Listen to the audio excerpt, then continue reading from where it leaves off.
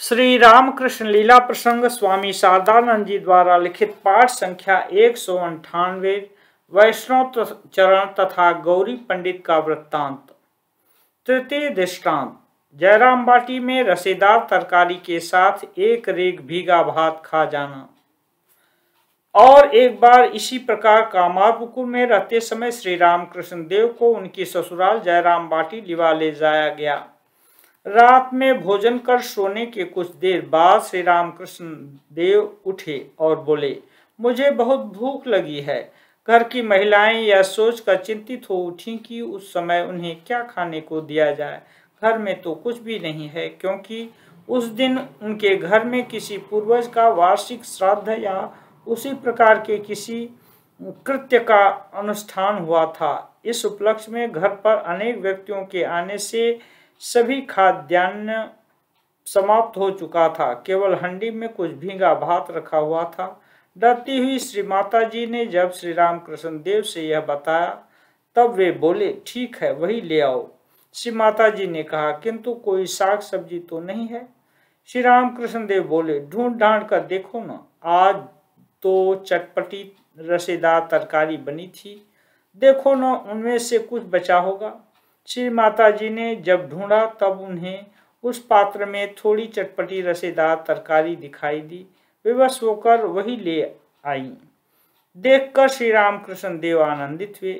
उस रात्रि में वे भीगा भात खाने बैठे एवं उस रसेदार तरकारी के साथ एक रेख चावल भात खाकर तब कहीं शांत हुए।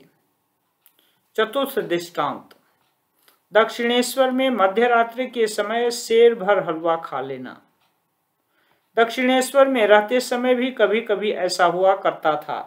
एक दिन इसी प्रकार मध्यरात्रि में उठकर श्री रामकृष्ण देव ने रामलाल दादा को बुलाकर कहा, अरे मुझे बहुत भूख लगी है, मैं क्या करूं?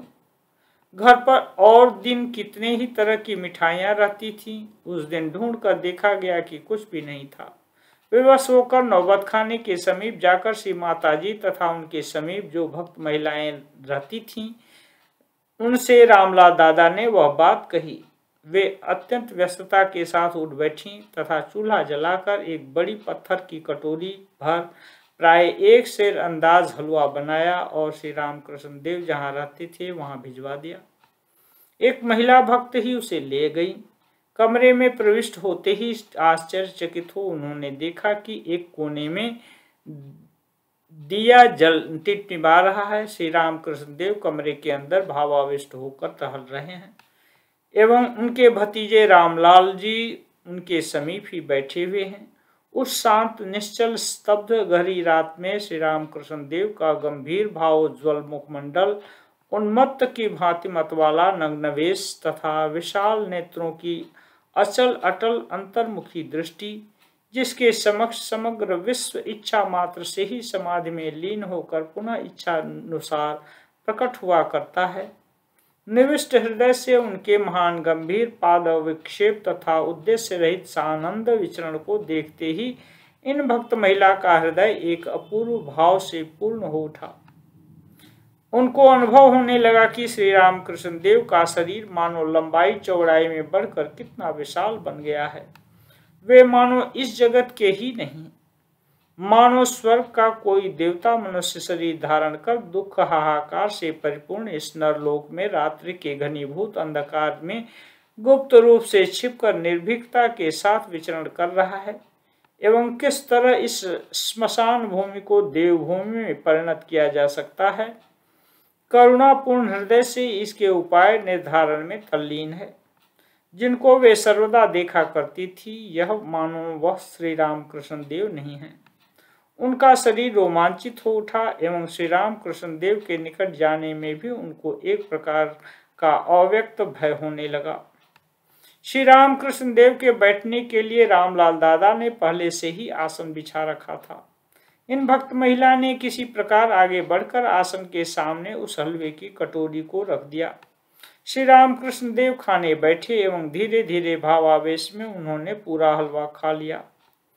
क्या श्री रामकृष्ण देव उस भक्त महिला के हृदय के भाव को अनुभव कर पाए थे, यह कौन जान सकता है। किंतु भोजन करते समय यह देख कर कि वह भक्त महिला निर्वाक हो उनकी ओर देख रही है, उन्होंने पूछा, बताओ कौन खा रहा है, मैं खा रहा हूँ या और कोई? भक्त महिला ने कहा, मुझे तो ऐसा प्रतीत हो रहा है कि आपके भीतर मानो और कोई विद्यमान है, वे ही खा रहे हैं। तुमने ठीक कहा है। यह कहकर श्री राम कृष्णदेव हंसने लगे। प्रबल मानसिक भाव के कारण श्री राम कृष्णदेव के शरीर का परिवर्तित होना, ऐसी अनेक घटनाओं का उल्लेख किया जा सकता है। यह देखा गया है कि प्रबल मानसिक भाव तरंग के फलस्वरूप उस समय श्री राम कृष्णदेव के शरीर में इस प्रकार का परिवर्तन उपस्थित होता था कि वे दूसरे ही व्यक्ति प्रतीत होते थे एवं उनके आहार विहार, चलना फिरना तथा आचरण व्यवहार आदि दूसरे ही प्रकार के हो जाया करते थे। फिर भी उस भाव के हट जाने के बाद उन आचरणों से उनके शरीर में कोई विकार नहीं दिखाई देता था। हमारे भीतर अवस्थित मन ही हमारे स्थूल शरीर को तोड़ता, बनाता तथा नवीन रूप से निर्माण करता रहता है।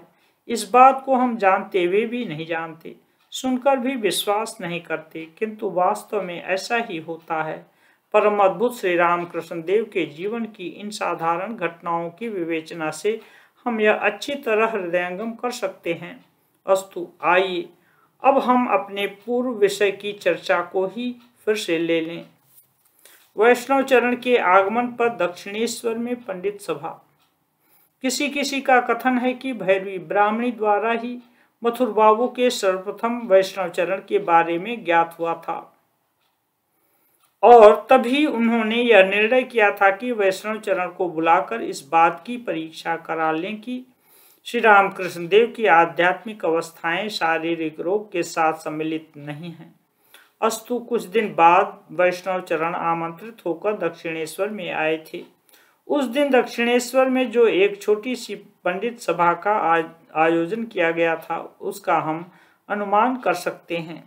वैष्णव चरण के साथ कुछ भक्त साधक तथा पंडित भी निश्चित ही दक्षिणेश्वर आए होंगे। साथ ही विदुषी ब्राह्मणी तथा मथुर बाबू के साथ के लोग श्री राम कृष्णदेव के निमित्त वहां पर अवश्य ही एकत्रित हुए होंगे। इसीलिए हम उसका सभा कहकर उल्लेख कर रहे हैं। उस सभा में श्री राम कृष्णदेव की स्थिति के संबंध में विवेचना, तदनंतर श्री राम कृष्णदेव की स्थिति के संबंध में विवेचना होने लगी। ब्राह्मणी ने श्री राम कृष्णदेव की स्थिति के बारे में लोगों से जो कुछ सुना तथा स्वयं अपनी आंखों से जो कुछ देखा, उस संबंध में वह अभिमत प्रकट किया कि शास्त्र वर्णित भक्ति मार्ग के पूर्ववर्ती प्रसिद्ध आचार्यों के जीवन में जो जो अनुभव उपस्थित हुए थे, उन सब के साथ श्री राम कृष्णदेव की तत्कालीन स्थिति का कोई भेद नहीं है। वैष्णव चरण को संबोधित करती हुई वे बोली, आपकी धारणा इस संबंध में यदि भिन्न हो तो उसका कारण क्या है, मुझे समझाने की कृपा करें। माँ जैसे अपनी संतान की रक्षा करने के लिए वीरता के साथ खड़ी होती है, ब्राह्मणी भी मानो उस दिन किसी दैव बल से शक्तिशालिनी बनकर श्री राम कृष्णदेव के पक्ष समर्थन के लिए तत्पर थीं। और श्री राम कृष्णदेव जिनके लिए इतना आयोजन हो रहा था, उनकी स्थिति क्या थी? हमें मानो अपनी आंखों के सामने यह स्पष्ट दिखाई दे रहा है कि तर्क वितर्क में निविष्ट उन व्यक्तियों के बीच श्री राम कृष्णदेव अस्त व्यस्त रूप से बैठे स्वयं अपने में निमग्न हो आनंदानुभव कर रहे हैं, हंस रहे हैं और कभी कभी अपने समीपस्थ बटुए में से थोड़ी सी सौंफ या कबाब चीनी मुंह में डालकर उन लोगों की बातों को इस तरह से सुन रहे हैं मानो और किसी व्यक्ति के संबंध में बातचीत हो रही हो। और फिर कभी वैष्णव चरण का अंग स्पर्श कर सुनो, मेरी ऐसी अवस्था हुआ करती है, कहकर अपनी स्थिति को बतला रहे हैं।